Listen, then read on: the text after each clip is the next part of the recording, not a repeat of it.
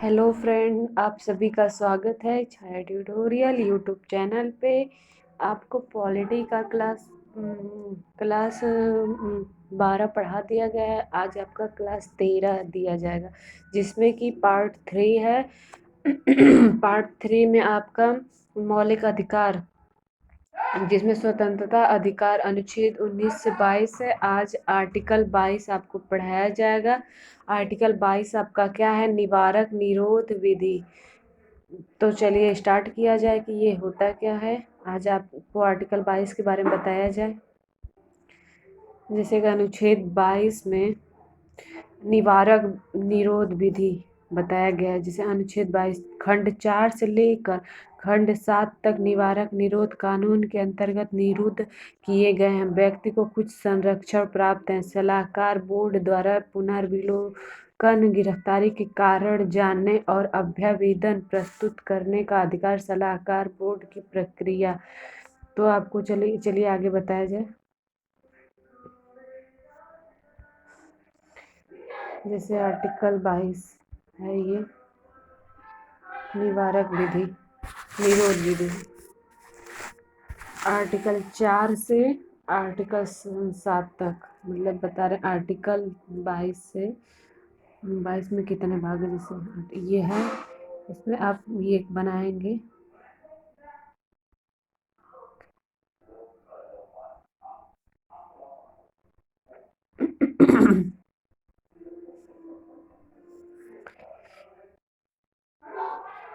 जैसे article article 22 पहला।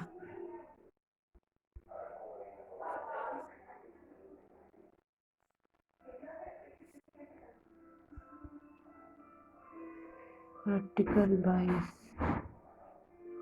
दूसरा।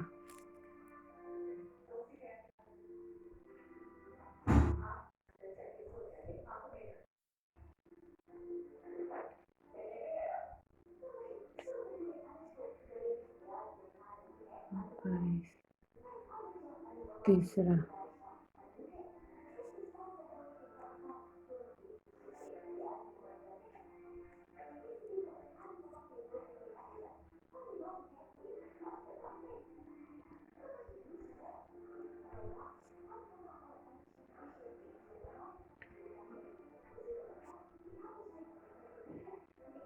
22 चौथा।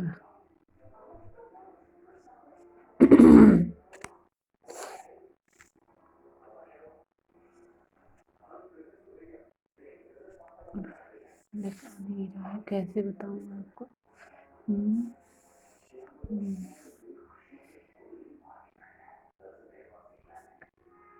2 3 4 5 6 6 7 3 3 4 7 में। जैसे ये आर्टिकल 22 का पहला।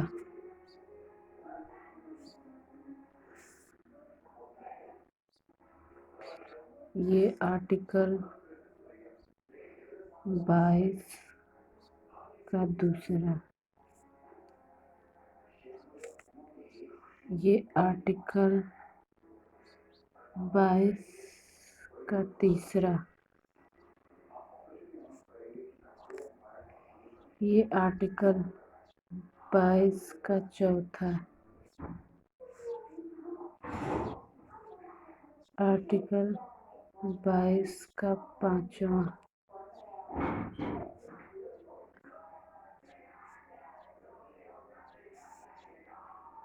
आर्टिकल 22 का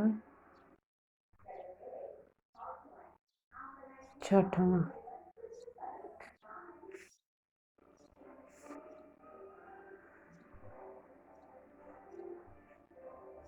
आर्टिकल 22 का सातवां। तो आपका ये है, जिसमें कि चार जिसमें कि चार जो ये चार है इनका नाम सामान्य गिरफ्तार, इनको क्या कहते हैं? सामान्य गिरफ्तारी, सामान्य गिरफ्तारी, गिरफ्तारी। और ये और जो आर्टिकल 4 से आर्टिकल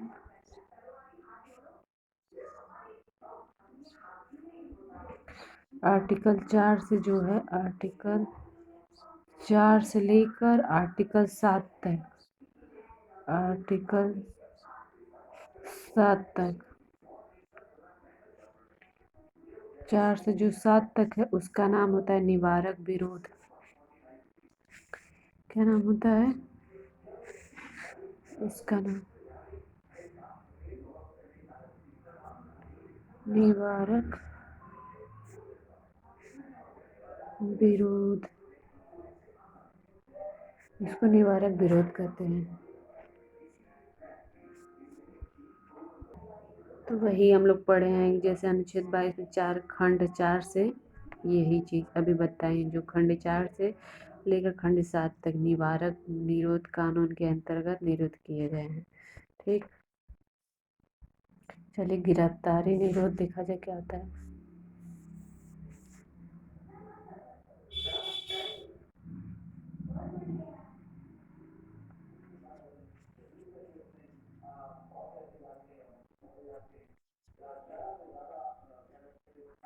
निरोध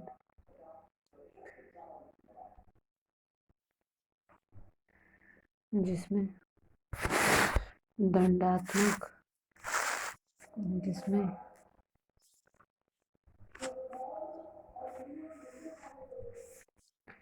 आपका आता है दंडात्मक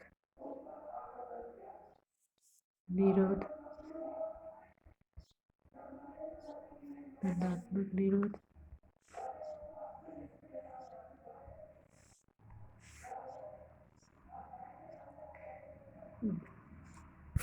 राज्य निवारक निरोध,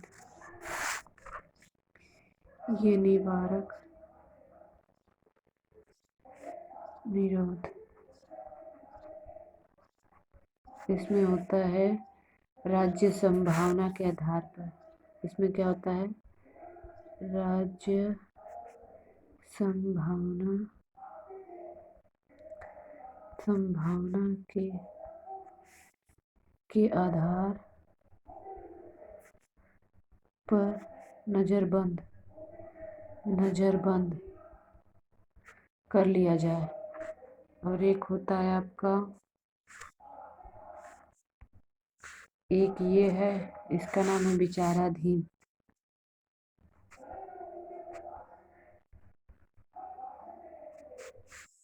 विचाराधीन,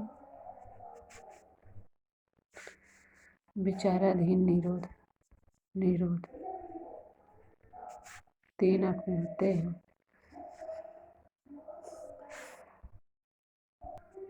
जो आपका दंडात्मक है, पहला जो था दंडात्मक,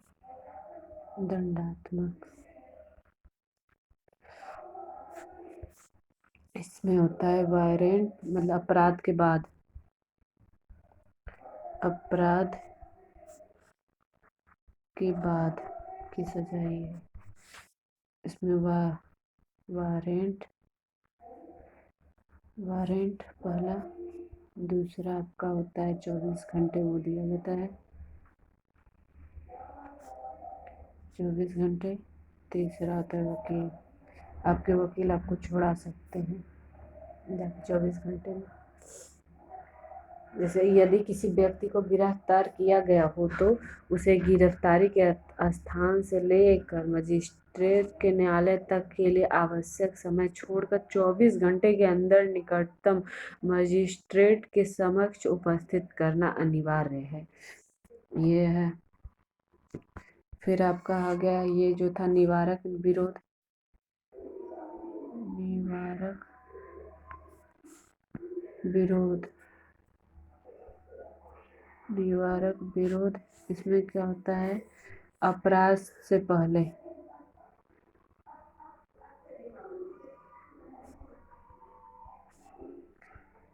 से पहले बिना वारंट के 3 मंथ।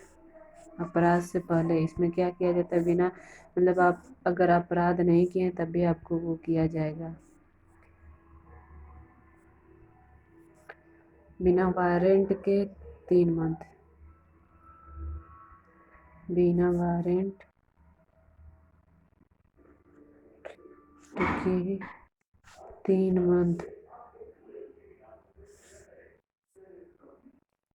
रॉलेट एक्ट इसी के तहत है। जैसे कोई कमिश्नरी नेता है, लोग जैसे अनशन पे नहीं बैठ जाते हैं, नारा बोलते हैं, उस इससे देश भड़क जाता है। तो इसीलिए उन लोगों इसी को हम लोग हाउस अरेस्ट कहते हैं, नज़रबंद कहते हैं। जैसे कि इसमें क्या होता है? नज़रबंद, नज़र बंद इसी को कहते हैं। हाउस हाउस अरेस्ट, इसमें क्या होता है कि आपको घर में रहना रहता है, ना सोशल मीडिया पे जाना है, ना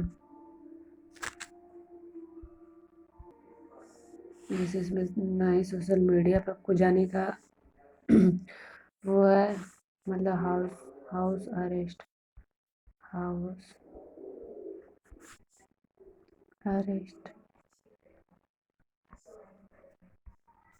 इसमें क्या होता है कि नज़रबंद कर दिया जाता है, घर में बंद होना, ना मोबाइल, ना ही टीवी, ना बाहर जाना, ना किसी से मिलना, सिर्फ घर वालों के साथ घर में रहेंगे। आपको बाहर जाने का आदेश नहीं रहता है, इसी को नज़रबंद कहा जाता है। जैसा कि आपका दिया है कि अनुच्छेद 22(1) में प्रदत्त अधिकार मतलब क्या होता है? अपनी गिरफ्तारी का कारण जानने का अधिकार आपको है। दूसरा, अपनी रुचि के वकील से अपना मामला प्रस्तुत कराने का भी आपको अधिकार है। मतलब सरकारी वकील ऐसे होते हैं कि कोई जिसके पास पैसा होता है वो अपना वकील खुद कर लेते हैं, जिसके पास पैसा नहीं होता उसके पास मजबूरी होती है सरकारी वकील कर जो सरकार देती है अपनी तरफ से। और क्या है? अनुच्छेद 22(2) में क्या है? इसमें प्रत्येक व्यक्ति को जो गिरफ्तार किया गया है और अभिरक्षा में निरुद्ध रखा गया है, गिरफ्तारी के स्थान से मजिस्ट्रेट के न्यायालय तक यात्रा के लिए आवश्यक है समय को छोड़कर ऐसी गिरफ्तारी से 24 घंटे की अवधि में निकटतम मजिस्ट्रेट के समक्ष पेश किया जाएगा, और ऐसे किसी व्यक्ति को मजिस्ट्रेट के प्राधिकार के बिना उक्त अवधि से अधिक अवधि के लिए अभिरक्षा निरुद्ध नहीं रखा जाएगा। ये है आपका आर्टिकल 22(2) में। ये भी फिर आर्टिकल 22 का जो तीसरा है उसमें क्या दिया गया है?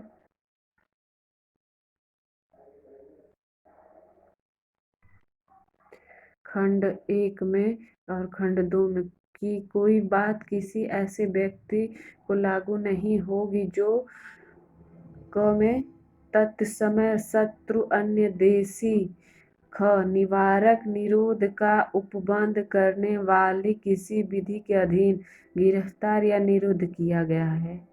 ये आपका अनुच्छेद 22(3) में है। 22(4) में क्या दिया गया है? अनुच्छेद 22(4) सलाहकार बोर्ड, एडवाइजरी बोर्ड, उच्च न्यायालय का वर्तमान न्यायाधीश, भूतपूर्व न्यायाधीश या योग्यता रखने वाला व्यक्ति। जैसे उच्च न्यायालय का वर्तमान या भूतपूर्व न्यायाधीश या योग्यता रखने वाला व्यक्ति। आपका इसमें क्या दिया गया? निवारक निरोध के तहत 3 महीने से अधिक समय तक केवल सलाहकार बोर्ड की अनुशंसा पर ही निरुद्ध किया जाएगा।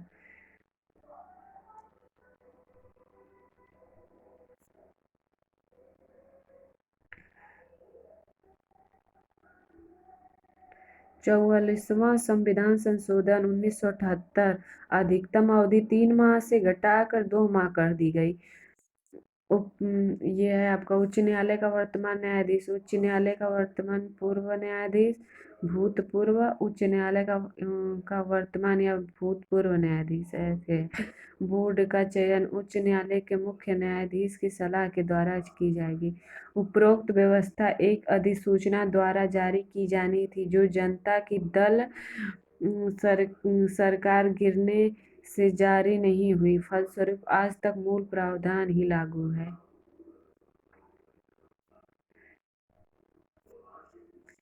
पाँच में क्या दिया गया है आपके अनुच्छेद 22(5) में निवारक निरोध का आदेश जारी करने वाला अधिकारी निरुद्ध व्यक्ति को यथाशीघ्र वे आधार संप्रेषित करेगा जिनके कारण उसे निरुद्ध किया गया है। निरुद्ध व्यक्ति को अपने निरोध आदेश के विरुद्ध अभ्यावेदन करने के लिए यथाशीघ्र अवसर प्रदान किया गया। ये 6 है आपका, यहाँ पे 6 रहेगा।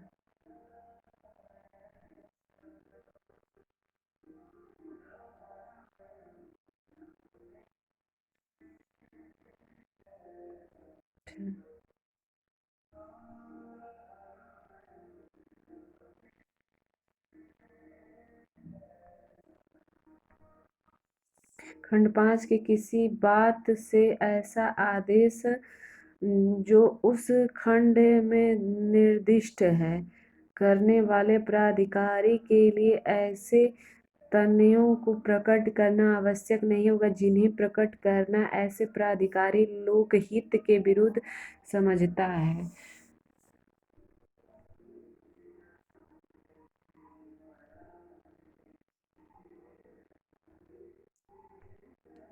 अनुच्छेद 22(7) में क्या आपका दिया है? संसद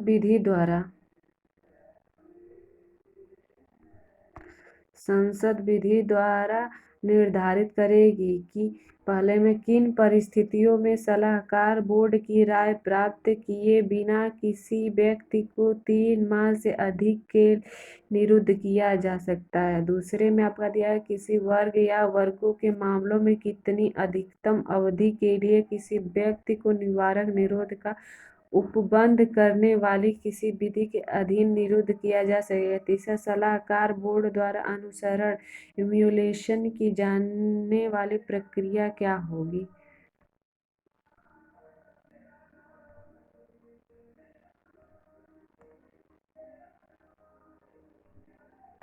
विधि कानून 3 माह से अधिक समय तक निरुद्ध करने वाले निवारक निरोध अधिनियम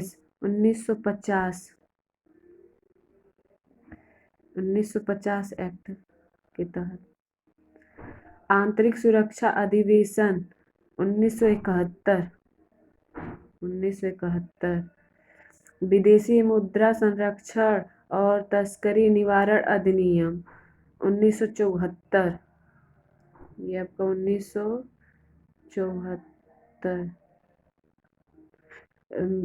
चोर बाजारी निवारण और आवश्यक वस्तु प्रदाय अधिनियम, ये आपका 1980 एक्ट के द्वारा। इधर है आपका राष्ट्रीय सुरक्षा कानून नेशनल सिक्योरिटी एक्ट 1980 में, आतंकवादी एवं विध्वंसक गतिविधियां निवारक आपका 1987 में, 1987, आतंकवाद निवारक अधिनियम 2002 के तहत एक्ट 2002, गैर कानूनी गतिविधियां निवारण संशोधन अधिनियम 2018, 2008 और 2019 एक्ट के तहत।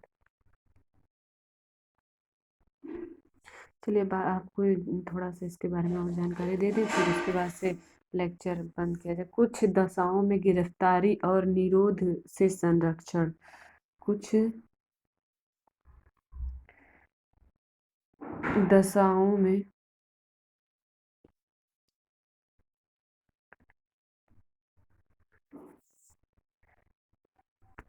कुछ दशाओं में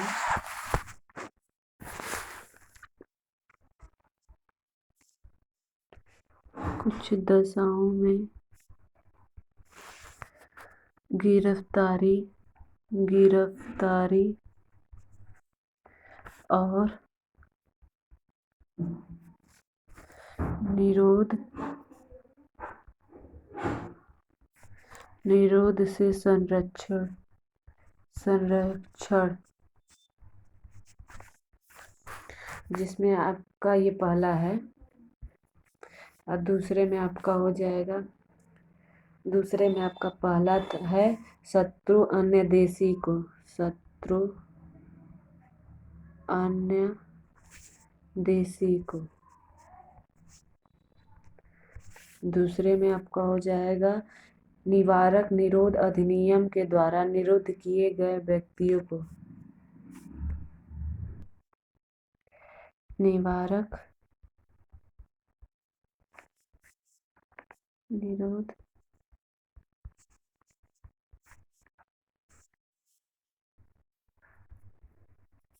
अधिनियम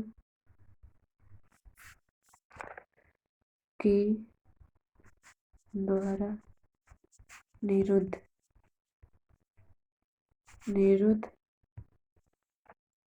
किए गए व्यक्तियों को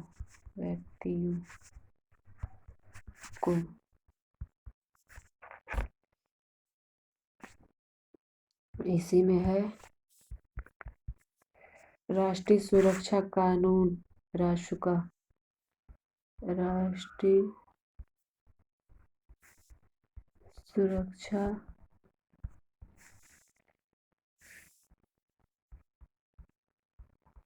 कानून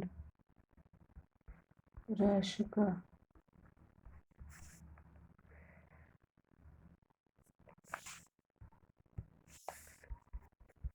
सलाहकार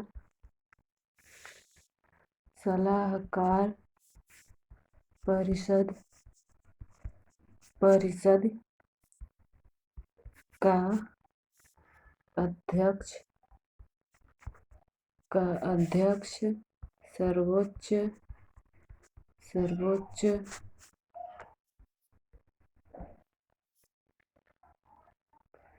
न्यायालय का न्यायाधीश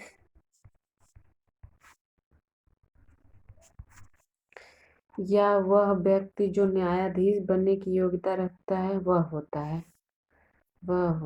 है। न्यायाधीश बनने की योग्यता रखता हो वही होता है। मतलब कि सलाहकार परिषद का अध्यक्ष सर्वोच्च न्यायालय का न्यायाधीश या वह व्यक्ति जो न्यायाधीश बनने की योग्यता रखता हो वह होता है।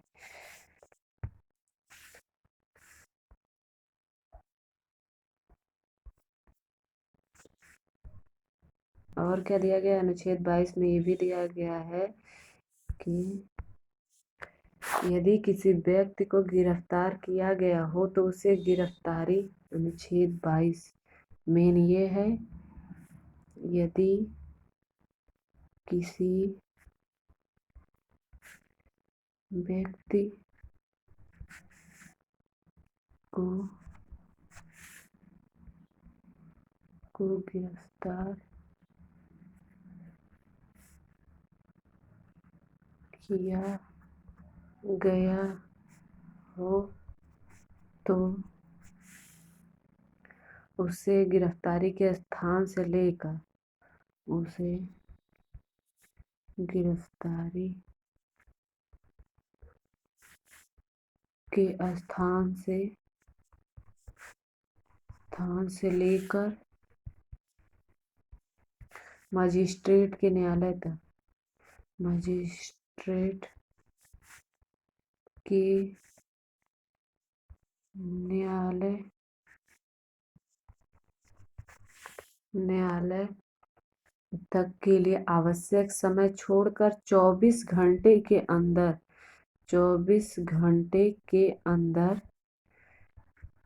अंदर निकटतम मजिस्ट्रेट के समक्ष उपस्थित करना अनिवार्य है। यही आपका अनुच्छेद 22 है।